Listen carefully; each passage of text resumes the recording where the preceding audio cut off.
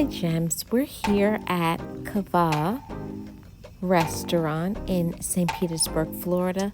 Let's go inside and see what we're gonna get. Make sure that you like and subscribe to this channel for more videos and reviews. Hi, it's our first time here. So the food here is Mediterranean food, food like falafel and just healthier options. I'm trying to do better with my health, so I'm looking for something different, but also something with flavor. So what I did order cost $16, so don't think you're going to come here and get something from the dollar menu.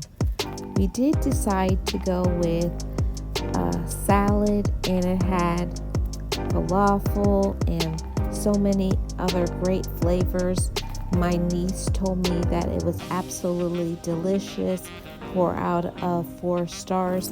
We winded up spending for both of our food $32, and my wrap was so delicious with the chicken.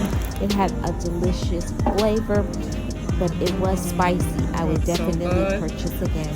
Thank you so much for watching, and let me know in the comment section below if you have ever been to this restaurant and what you think of it.